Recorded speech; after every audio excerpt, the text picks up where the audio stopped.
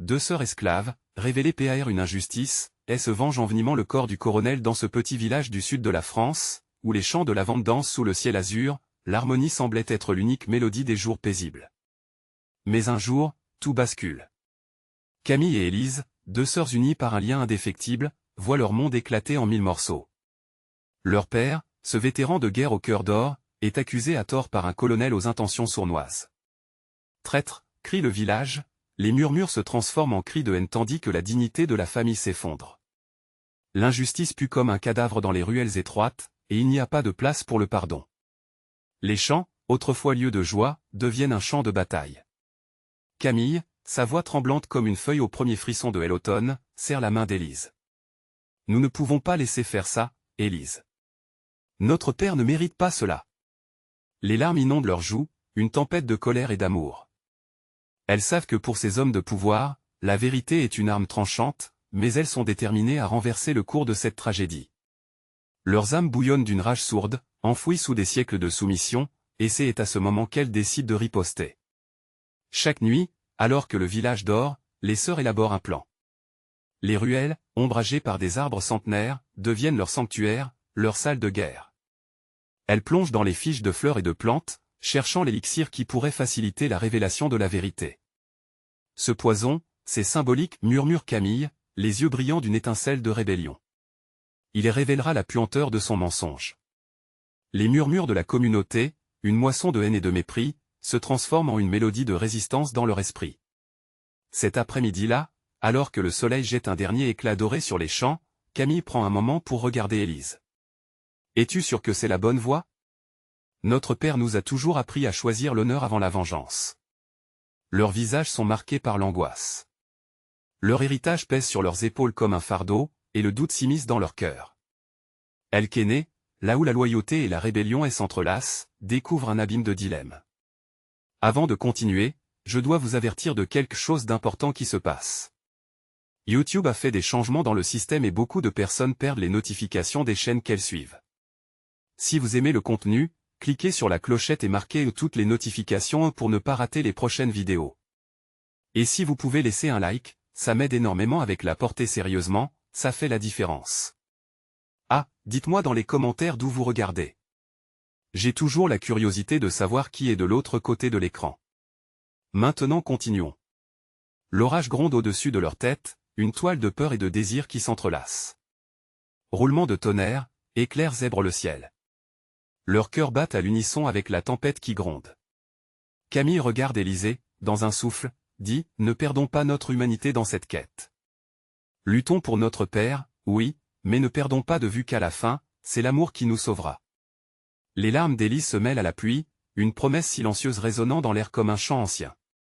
Elles savent qu'elles sont à un tournant, choisir la révolte ou embrasser la réconciliation, mais le temps presse. Dans cette nuit orageuse, le destin de Camille et Élise se dessine, et l'ombre du colonel ne fait que s'étendre. La vérité, pour l'instant, reste cachée sous le voile de l'indignation. L'avenir leur appartient, mais à quel prix ? Camille et Élise se retrouvent dans le silence pesant de leur chambre, où l'odeur musquée de la terre mouillée se mêle à l'arôme sucré des lavandes. Elles se regardent, leurs yeux pleins d'une détermination fragile. L'orage s'est intensifié, mais au lieu d'éteindre leur flamme, il l'alimente, brûlant avec une intensité qu'elle n'avait jamais ressentie. Nous devons agir, dit Élise, sa voix maintenant forte, transcendée par la nécessité. Chaque minute qui passe, notre père s'enfonce davantage dans la honte. Leur plan, aussi audacieux que dangereux, prend forme. Une nuit, sous le ciel assombri, elles se glissent hors de leur maison, cachées par l'ombre des arbres. Le village semble endormi, mais les vies et les destins y pulsent encore. Camille, serrant le flacon contenant leur concoction, sent son cœur battre à toute allure. C'est maintenant ou jamais, murmure-t-elle, avant de s'avancer vers la demeure du colonel, fièrement dressée sur une colline. Chaque pas les rapproche non seulement de leur cible, mais aussi d'un abîme dont elles ne pourront peut-être jamais revenir.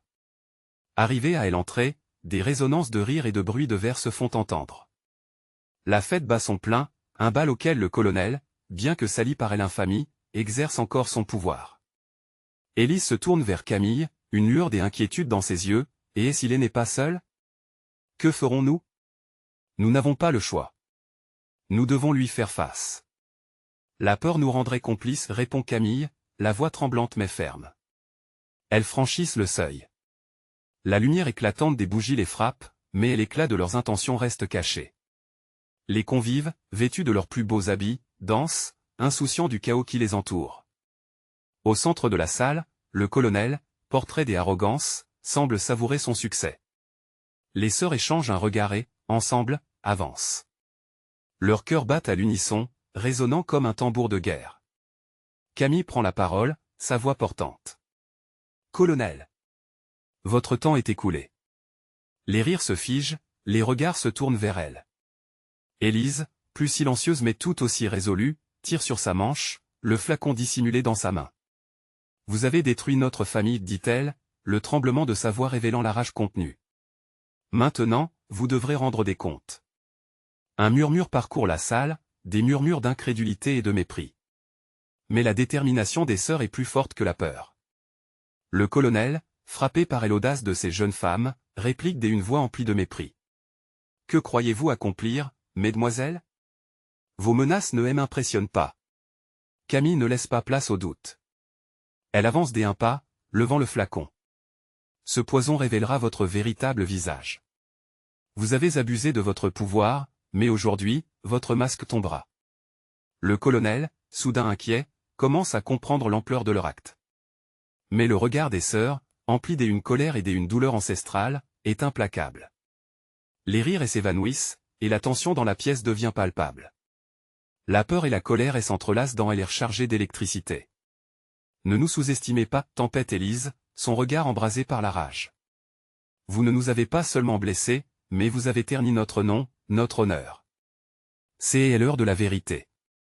La fin de cette confrontation imminente semble flotter dans l'air, alors que le colonel, jusqu'alors impassible, réalise la gravité de sa situation. Les témoins se taisent, suspens marqués, attendant le dénouement. Camille et Élise sont prêtes, ultimes actrices de leur propre destin. Dans cette danse entre la souffrance et la justice, elles comprennent qu'elles ne se battent pas seulement pour leur père, mais pour libérer leur propre existence des chaînes de l'oppression.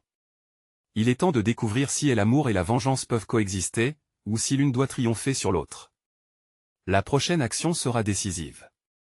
Que réserve cette confrontation à ces âmes vaillantes? Le silence qui suit la déclaration de Camille semble peser une éternité.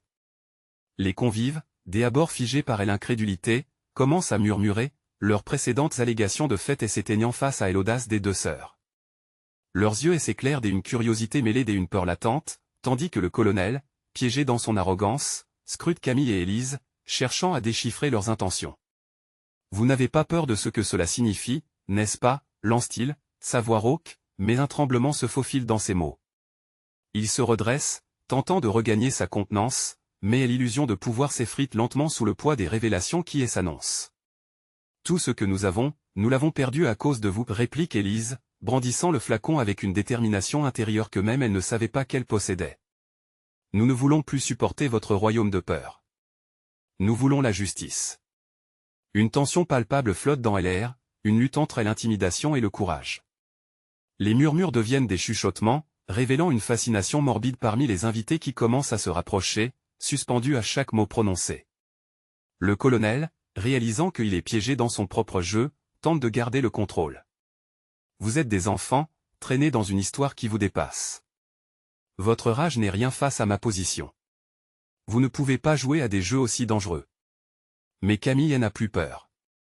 Les heures passées à planifier ce moment lui reviennent à l'esprit, chaque détail luxueux du bal contrastant avec l'immondice des actes qui se cachent derrière. Nous avons un choix maintenant, déclare-t-elle avec une clarté inattendue. Nous pouvons choisir de réparer ce qui a été brisé. Et comment comptez-vous le faire? Avec du poison? Des menaces vaines? Vous êtes tout aussi corrompus que ceux que vous accusez, se moque le colonel, mais il vacille, conscient que les regards des convives, à présent, se détournent de lui. L'incompréhension s'installe alors. Pour la première fois, la salle ne se sent pas complice de son arrogance. Leurs regards s'échangent, inscrivant un frémissement de solidarité. Camille saisit cette opportunité, se redressant, la voix forte. Un poison peut révéler un homme, ne l'oubliez pas. Mais ce qui peut guérir, c'est la vérité. Élise, soudain inspirée par la force de sa sœur, place le flacon sur la table, faisant un geste désinvolte. Rendez-nous notre père. Réparez ce que vous avez brisé. Sinon, cette vérité sur vous, elle sera révélée à tous, et vous remercierez le poison d'avoir assuré votre déchéance. Une onde d'écho circule dans la pièce. Même les plus féroces admirateurs du colonel réalisent enfin que son règne pourrait être sur le point de s'effondrer. Les murmures s'intensifient, et le colonel peut sentir son trône vaciller. Non, c'est inacceptable, s'écrie-t-il, le visage blême. Mais dans ses yeux, une lueur d'inquiétude fuse, et pour la première fois, son attitude hautaine s'effrite. Les hommes et femmes qui l'ont soutenu en commencent à douter. La tension explose finalement, et les sœurs, galvanisées par ce moment inattendu, osent chacune un pas en avant. Elles prennent la parole en chœur, c'est le temps de choisir, êtes-vous avec nous, ou sommes-nous seuls dans cette bataille? Face à cette question, le bal se transforme. Les rires, la musique, tout cela semble étouffé par la force de leur voix. Un à un, des murmures de soutien commencent à naître, et même les spectateurs les plus éloignés disent, sous le souffle du vent glacial, des mots d'engagement. Mais au cœur du chaos, une ombre se dessine dans l'arc des convives. Qui se tiendra réellement aux côtés de Camille et Élise, et qui restera complice de la tyrannie? La danse de pouvoir entre ces acteurs infernaux continue, mais une question reste en suspens, cette confrontation marquera-t-elle le début d'un renouveau ou la fin d'un rêve à jamais brisé? Le bal, une fois éclatant de lumière et de rire, s'est mué en un théâtre d'ombre et d'angoisse. Alors que l'air devenait électrique, les murmures de solidarité semblaient grandir, portant un élan presque miraculeux à la cause de Camille et Élise. L'audace des sœurs avait ouvert une brèche dans le mur de l'indifférence, et pour la première fois, certains invités éprouvaient le frisson d'un changement imminent. Camille se tenait ferme, son cœur battant la chamade, déchiré entre la peur et l'espoir. Chaque regard échangé parmi les convives en disait long sur leur propre combat intérieur. Et si ces silhouettes familières se révélaient, à cet instant, être des complices contrits? Élise, avec la détermination d'une lionne, ne lâchait pas le flacon, son symbole de rébellion. Montrez-leur comment vous voyez la vérité, murmura-t-elle à sa sœur, n'ayez pas peur. L'énergie de la pièce vibrait un mélange de défi et de détermination, une symphonie de sentiments à la dérive. Soudain, une voix s'éleva du fond de la salle, claire et résolue. C'était Luc, un ancien ami du père des sœurs, dont la loyauté semblait avoir longtemps été entravée par le poids de la peur. « Je suis avec vous », revendiqua-t-il, provoquant un frisson inattendu chez les spectateurs. « Je sais ce qu'il a fait. C'est le moment de mettre un terme à cette tyrannie. » À travers ses propres larmes, une vague de courage parcourut les rangs. Les convives, de plus en plus nombreux, unissaient leurs voix pour crier leur soutien. À bas le colonel! À bas ces mensonges!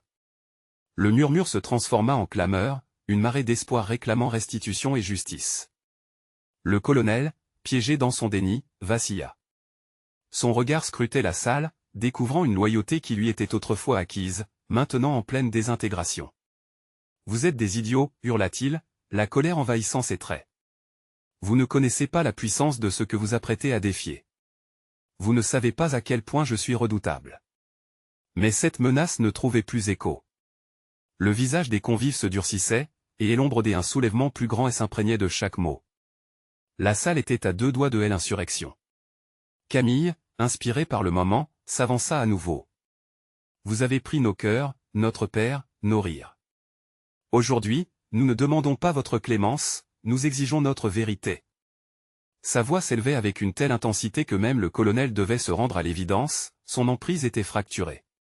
Élise s'avança à son tour, le flacon étincelant sous les lumières tamisées du bal. « Répondez à notre requête ou laissez la vérité s'imposer de la manière la plus brutale qui soit. » Elle lui lança un regard perçant, défiant son arrogance sous l'effritement du pouvoir.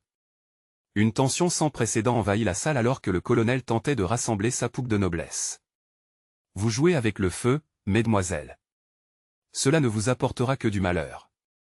Vous n'avez pas idée des conséquences. » Mais la résistance s'enflammait. La voix de Camille résonna à nouveau, renforcée par une conviction inébranlable. « Nous préférons affronter le malheur que de continuer à vivre dans l'ombre de votre tyrannie. » Les convives, galvanisés, s'unirent de plus en plus dans cet élan collectif. Ce qui avait commencé comme un bal humain se transformait en un mouvement pour la justice, une danse de rébellion et de vérité inébranlable.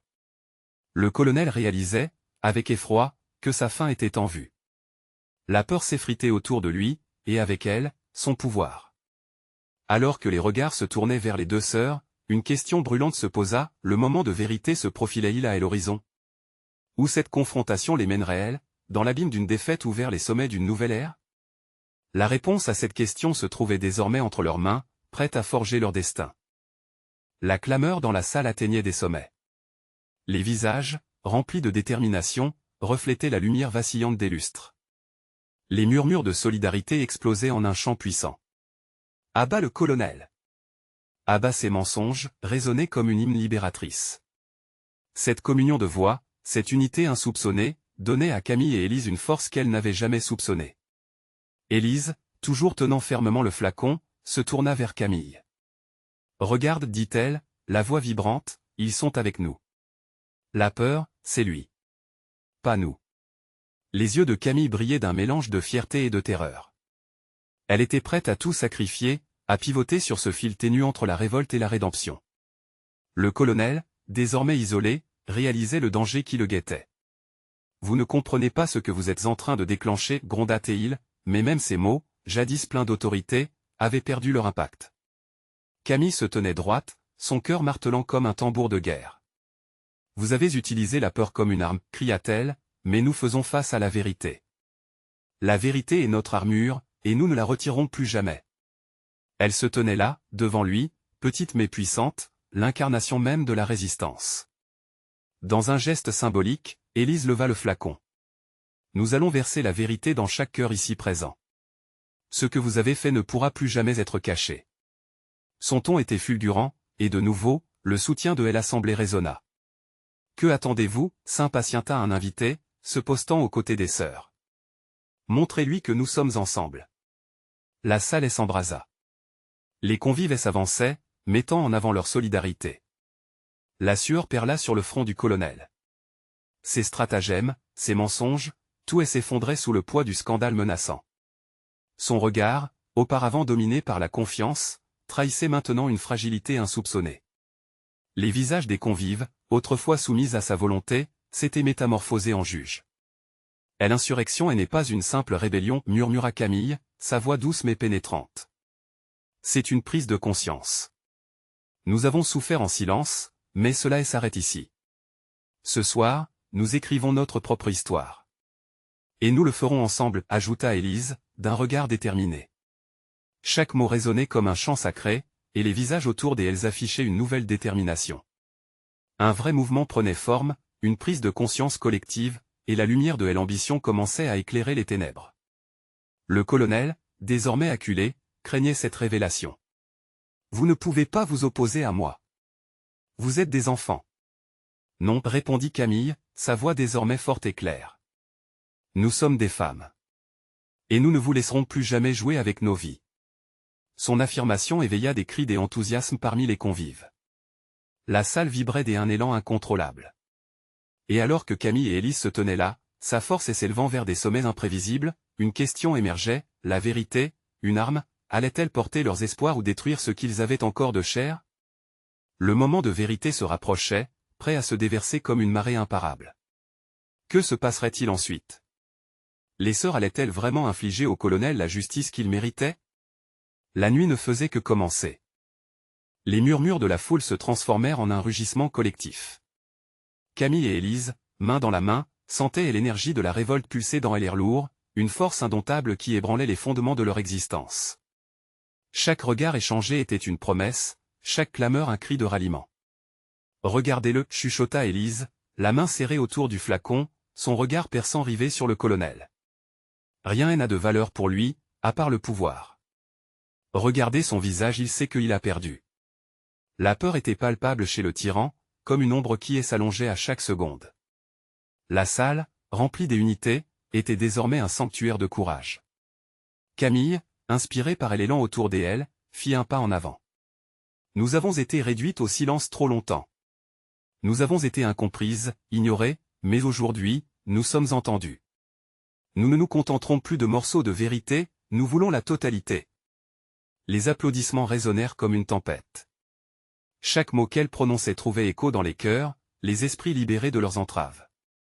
Les spectateurs, autrefois froids, invincibles, devenez camarades, unis dans la détermination de contrecarrer l'oppression. Il est temps de détruire les chaînes qui nous lient, cria Élise, le flacon toujours levé, tel un symbole de leur défiance. Ce flacon renferme notre vérité, notre souffrance, notre espoir. Ce n'est pas qu'un simple liquide, c'est le reflet de notre lutte. Les visages, remplis d'ardeur, fixaient maintenant le colonel, attendant qu'il encaisse ce déferlement de ressentiment. Le colonel, son visage blême, cherchait des mots qui auraient pu lui redonner l'ascendant. Mais cette fois, il ne pouvait se cacher derrière son implacabilité. Vous ne comprenez pas les conséquences de ce que vous faites, grogna-t-il, la voix tremblante, comme si chaque syllabe lui coagulait le souffle. Et vous, colonel, rétorqua Camille, avançant d'un pas mesuré mais ferme, ne comprenez-vous pas que vous êtes déjà à terre? Votre tyrannie s'est nourrie de notre silence, mais le silence ne vous protège plus. Son regard ardent se heurta à celui du colonel, et un frisson des audaces parcourut la salle. À cet instant, Élise fit un pas en avant, le flacon scintillant à la lumière des lustres, émettant une aura presque mystique. Elle déboucha le récipient, et l'odeur des souvenirs amers et des luttes passées se répandit dans l'air. Cette vérité vous étouffera. Elle est aussi ancienne que notre douleur et aussi brûlante que notre espoir. Que vaudra votre pouvoir contre elle? Les rires éclatèrent comme une cloche de victoire. La foule s'agitait, galvanisée par le moment. Les yeux du colonel, autrefois dominants, ne reflétaient que l'angoisse et la désespérance. Rendez-vous, il est trop tard pour vous, susurra Camille avec une lucidité renouvelée, sa voix résonnant comme un murmure tantôt doux, tantôt acerbe.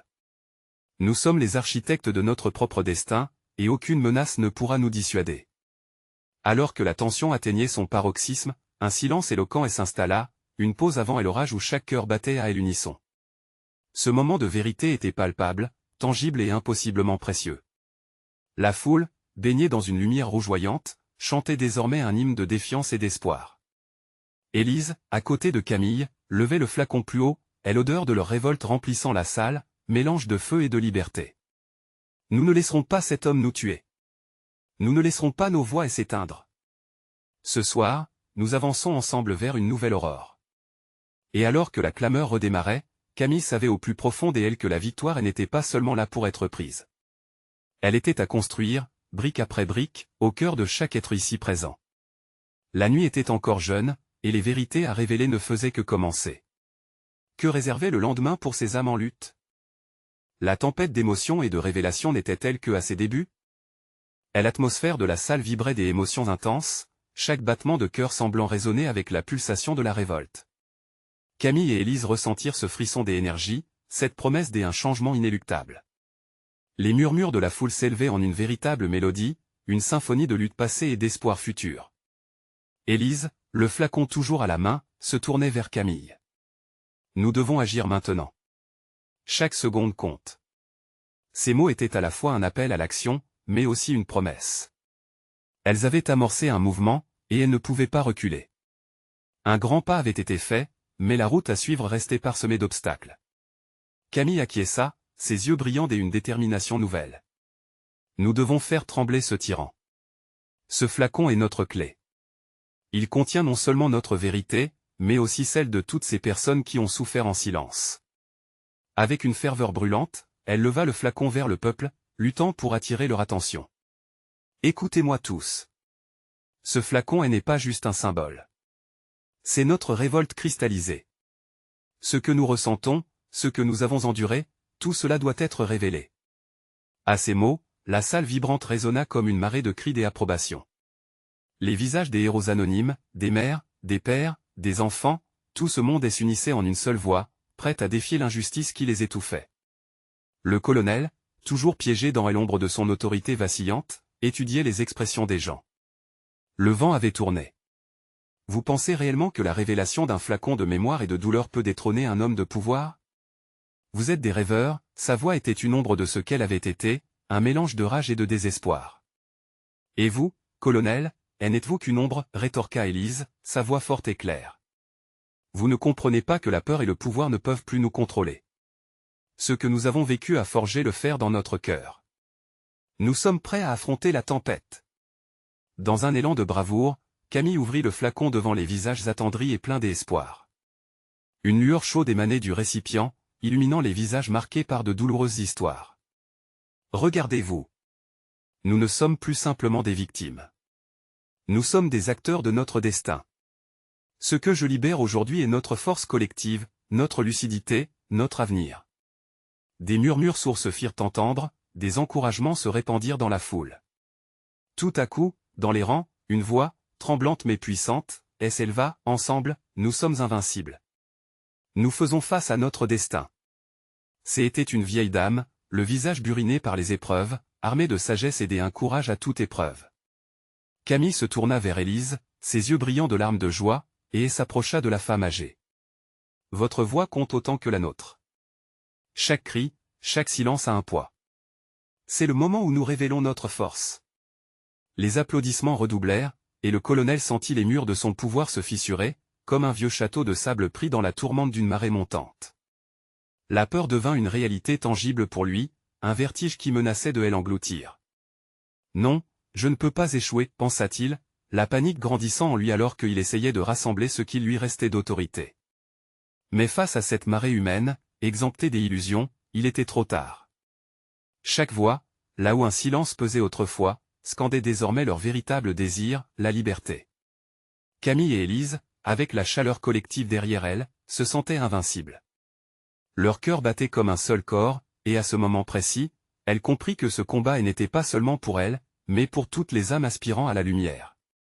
Alors que la foule se mettait en mouvement, Camille se mit à imaginer un monde libre, un monde où la vérité serait la clé. Mais cette pensée fugace, bien qu'optimiste, laissa place à une question lancinante, jusqu'où irait-elle pour le réaliser? L'aube d'une nouvelle ère était à portée de main, mais le prix à payer pourrait être bien plus lourd qu'elle ne l'avait jamais envisagé. Le colonel, enfin, ploya sous la pression. Que suivre après de telles révélations et cette vague de vérité? Le combat de leur vie commençait à peine. Quelles conséquences se profileraient à l'horizon pour Camille, Élise, et tous ceux qui les soutenaient? Le flacon, désormais ouvert, continuait d'émettre une lueur douce qui illuminait les visages déterminés des personnes réunies. Camille, ressentant le poids de l'histoire qu'elle s'apprêtait à écrire, s'avança d'un pas confiant. Elle savait que chaque regard, chaque souffle de la foule était une promesse, un pacte fait avec elle-même pour chasser la tyrannie. Nous ne sommes pas seuls. S'écria-t-elle, alors que l'énergie de la salle montait d'un cran. Chaque goutte de ce liquide contient des souvenirs, de la douleur, mais aussi notre espoir. Et cet espoir, nous le convertissons en force. Des cris de joie fendirent l'air, et les applaudissements se mêlèrent à des larmes de soulagement. Les craintes passaient et s'effaçaient lentement, emportées par la vague de résilience collective. Élise, à ses côtés, sentait son cœur s'enflammer. Les rides de son visage, marqués par la lutte, se dessinaient dans une allégresse palpable. Le colonel, qui n'avait cessé de scruter la scène, réalisait enfin qu'il était en face d'un tsunami que rien ne pourrait arrêter. Sa voix tremblait alors qu'il essayait de rétorquer, « Vous pensez qu'un flacon peut vous rendre un pouvoir que vous n'avez jamais eu? Vous êtes des fous, des rêveurs. » Mais ces mots étaient désormais insignifiants. La connexion entre les personnes réunies dans cette salle était devenue une seule et même entité, pulsatante de vie et de force. Camille tourna son regard vers le colonel, ses yeux injectés de défi, « Réveillez-vous. Ce n'est pas un flacon de souvenirs. C'est un flacon de renaissance. » Les murmures grandissaient, prenant la forme d'un rugissement collectif. La vieille dame, encore debout au milieu de la foule, leva la main, appelant à elle l'attention. « Regardez autour de vous. Que avez-vous à perdre, si ce n'est vos chaînes ?» À ces mots, Camille sentit l'énergie des personnes derrière elle se transformer en une colère vivante. Elle comprit que ce flacon n'avait pas seulement libéré leur vérité, mais aussi leur pouvoir de faire trembler le sol sur lequel le colonel se tenait fier. Ce dernier, lui, commençait à démontrer des signes de faiblesse, son visage s'affaiblissant à mesure qu'il réalisait l'ampleur de la détermination face à lui. Le temps semblait s'arrêter, et les battements du cœur de chacun résonnaient avec un rythme serein et puissant. Camille se savait maintenant au centre d'un événement historique, une mise en mouvement de milliers d'âmes cherchant à se libérer de l'oppression. Ne l'oubliez jamais. Ce que nous faisons ici, aujourd'hui, peut résonner demain dans les cœurs des générations futures. La foule résonna, emportée par la ferveur. Et dans un élan, Camille tendit le flacon vers le ciel. Pour chaque larme versée, pour chaque sourire volé, nous voilà prêts. Reprenons ce qui nous appartient. Soudain, une clameur se propagea, crépitante d'énergie, alors que les gens commençaient à avancer vers le colonel, unis dans leur détermination. Chaque pas qu'il faisait alors, chaque cri qu'il lançait illuminait le chemin de la révolte. Le colonel, acculé par cette marée humaine, se mit en retrait, le regard hagard, tandis qu'une partie de sa force disparaissait avec la perte de son autorité. Camille savait qu'ils avaient franchi un cap, la victoire ne serait pas donnée, elle devait être arrachée. Mais alors que le tumulte des émotions s'intensifiait, une nouvelle ombre surgit dans l'imaginaire de Camille. Les voix des amis perdus dans cette lutte, les souvenirs d'une enfance heurtée, l'écho des promesses non tenues chuchotaient à son oreille. Quel prix seriez-vous prête à payer pour ce changement? Les lignes de la bataille se dessinaient nettement. Ils allaient affronter non seulement le colonel, mais aussi l'ombre du doute et des sacrifices qui les hantaient encore. C'était un moment charnière, un tournant dans leur quête de liberté et le chemin qui s'ouvrait devant eux promettait encore d'être semé d'embûches. Dans cette salle où se mêlaient espérance et crainte, une certitude surgissait dans l'esprit de Camille, nous luttons pour notre avenir. Mais alors qu'elle prononçait ces mots, humanité et conséquences se mêlaient à la réalité, une question brûlante la rattrapait, quel serait le coût de leur victoire? Les ruines de l'ancienne tyrannie se profilaient à l'horizon, mais la lutte elle-même venait seulement de commencer. À quel prix se libérer de ces chaînes invisibles qui pesaient autant sur leur cœur que sur leur corps? Et, repensant à cela, quelque chose semblait ombrager l'enthousiasme grandissant. À l'issue de ce combat elle n'était pas écrite. Mais l'envie de se battre, celle-là, brillait d'un éclat inextinguible. Quelle décision sera-t-elle prête à prendre pour affronter cet avenir incertain? Au cœur de l'effervescence, les murmures dans la salle prenaient peu à peu forme. Camille ressentait l'énergie vibrante autour d'elle, mais elle était également consciente de l'ombre qui planait au-dessus de leur espoir flamboyant. Le colonel, désormais isolé, semblait bousculé par la marée humaine. Pourtant, ce qu'elle redoutait le plus n'était pas tant son autorité que ce qu'il représentait, la peur incrustée au plus profond de leurs âmes. Un flacon de renaissance, n'est-ce pas? Murmura Élise, presque pour elle-même. Ses yeux étaient embrumés de pensées et de souvenirs. Cela fait si longtemps qu'elles avaient perdu le goût de la vie et du bonheur. Camille lui prit la main, la serrant pour éviter que le doute ne prenne le pas sur leur détermination. Nous avançons, ensemble. Pour nous, pour ceux qui ne peuvent pas être ici. Élise hocha lentement la tête. À ce moment-là, un groupe de jeunes, visages pétris d'espoir, s'avança. Leur geste était chargé de promesses de changement, d'une jeunesse pétrie de colère mais qui, à cet instant, se transformait en quelque chose de précieux. Nous ne permettrons pas que l'histoire se répète. Cria l'un d'eux, un garçon à la crinière rebelle. Son cri fut le déclic qui déclencha un élan passionné, un appel à l'action écho d'un désir collectif de revanche. Les rangs de la foule se resserraient autour d'eux, chacun sentant le courage des uns s'entremêler avec les craintes des autres. Ils formaient un tout, indivisible, face à l'autorité.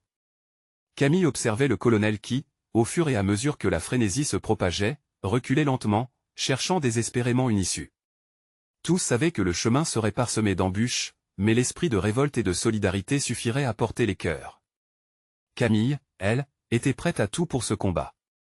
Que notre flacon soit notre voix. Lança-t-elle, en tenant l'objet entre ses mains, sa lumière brillait plus intensément que jamais. Qu'il soit le symbole de notre lutte. La réponse fut immédiate.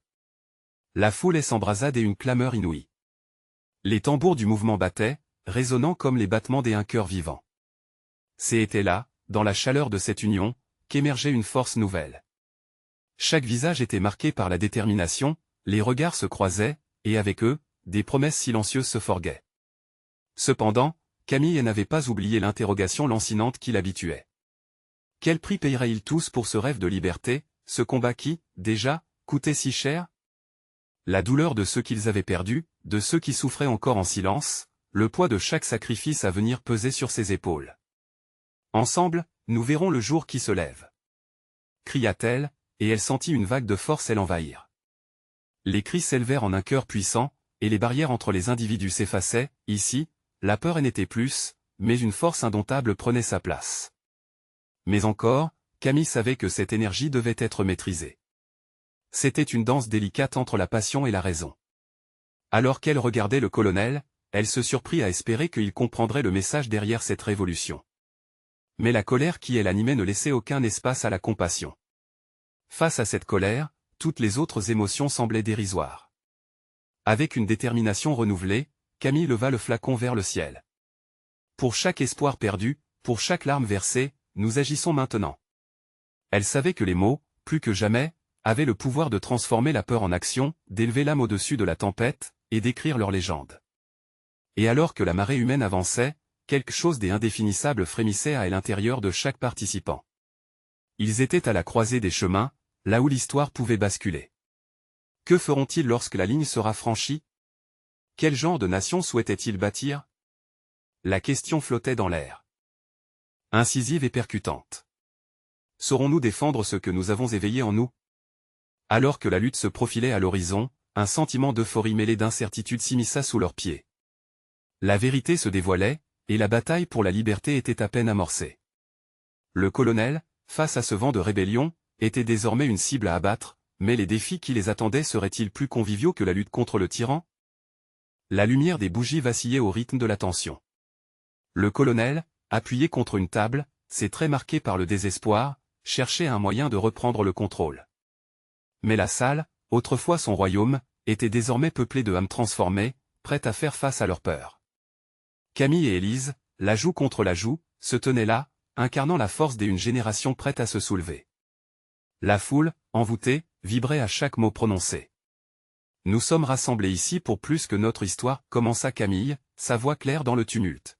« Nous sommes ici pour rédiger la mémoire de ceux qui ont souffert, pour donner du pouvoir à ceux qui ne l'ont jamais eu. » Des acclamations fusèrent, s'élevant comme une vague, emportant avec elles les dernières bribes de peur. Le colonel, piégé dans son arrogance, tentait désespérément de regagner l'attention. « Vous n'avez aucune idée des conséquences de vos actes. Vous jouez avec des forces qui vous dépassent, s'écria-t-il, mais le doute dans sa voix trahissait son inquiétude grandissante. « Nous ne jouons plus, rétorqua Élise, sa détermination flamboyante. Nous agissons. Et vous, vous êtes le symbole de tout ce que nous détestons. Ça s'arrête ici. » Le placebo de son autorité vacillait, visible aux yeux de tous. Les murmures de soutien grandissaient, et la salle se transformait en un édifice de résistance. Les gens prenaient conscience de leur force collective. Ils réalisèrent qu'ils avaient la possibilité de ne plus être des spectateurs passifs, mais des acteurs de leur destin. Le colonel, suffoquant sous ce poids, chercha à se dérober. « Ce que vous faites est insensé. Vous ne savez pas à qui vous vous adressez. Je peux tout détruire, je peux vous faire payer. » Pourtant, ces mots résonnaient comme une menace vide, et l'angoisse qu'il éprouvait trahissait son insécurité. Camille, témoin de sa détresse, sentit un frisson d'espoir. Non. Ce n'est pas nous qui devrions avoir peur. C'est vous. Vous nous avez privés de notre dignité. Nous sommes ici pour reprendre ce qui nous appartient. Les applaudissements tonnèrent, remplissant l'air d'une adrénaline intense. La foule, inspirée par la bravoure des sœurs, avança des pas synchronisés. Entre chaque cri de colère, on percevait le son d'une harmonieuse rébellion. « Répondez-nous » tonnait un groupe de voix, tissant une toile de solidarité qui se renforçait. Le colonel recula légèrement, son visage blême, se rendant compte qu'il n'avait plus de prise sur cette marée humaine. Le poids des conséquences de ses actes pèse lourd sur son esprit. La réaction qu'il avait suscitée échappait à son contrôle. « Nous allons vous faire face pour ce que vous avez fait à notre famille. Ce flacon que nous avons, il renferme nos vérités, et nous allons libérer la colère de chaque être qui a subi votre colère. Notre force se trouve dans chacun de nous, » cria Élise, levant le flacon au-dessus de sa tête. Un souffle profond parcourut le public, où chacun imaginait sa propre souffrance, sa propre résilience. Il comprenait que la lutte n'avait rien de futile. C'était une quête pour l'humanité, la dignité et l'espoir. Camille, voyant le doute chez certaines personnes, continua avec une voix douce, « Regardez autour de vous. Aujourd'hui, nous sommes réunis. Peu importe nos différences, nous partageons tous le même désir de liberté. Et aujourd'hui, nous choisissons de résister. » Les cris de la foule résonnèrent, affirmant leur solidarité. La tension dans la salle était palpable. La détermination des sœurs était contagieuse. Le colonel, encerclé par cette marée humaine, comprit que les heures passées à jouer un rôle de tyran étaient comptées. Un murmure parcourut la salle, suivi de répliques tendues mais pleines d'espoir. Camille s'avança encore, le flacon en main, prête à dévoiler la vérité que tant avait cachée. « Ce soir, nous dévoilons votre lâcheté, et nos désirs se transformeront en action. Osez voir ce que nous sommes prêts à libérer. Le colonel, réalisant qu'il avait été démasqué, cherchait désespérément à se défendre. Mais la foule était irrépressible, le vent de la révolution soufflant dans leurs voiles. Ensemble, ils devenaient un torrent inarrêtable, une marée humaine, un combat voué à la liberté. Et dans ce tumulte, Camille et Élise prenaient conscience que leur acte de rébellion allait bien au-delà de venger leur père. C'était une question de survie pour toute la communauté, une reprise de pouvoir, et cette lutte continuera tant que l'esprit de solidarité vivra. Elles avaient choisi leur chemin, et il leur appartenait de le forger. Le flacon scintillait sous la lumière des chandelles, illuminant les visages déterminés, devenant un symbole d'espoir.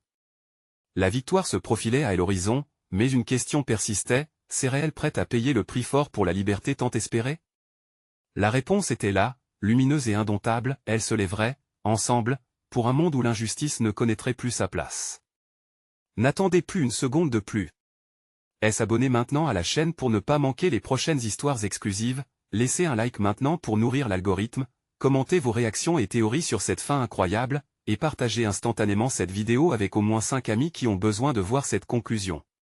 Vous devez montrer votre soutien, car seuls les vrais fans comprennent l'importance de chaque geste.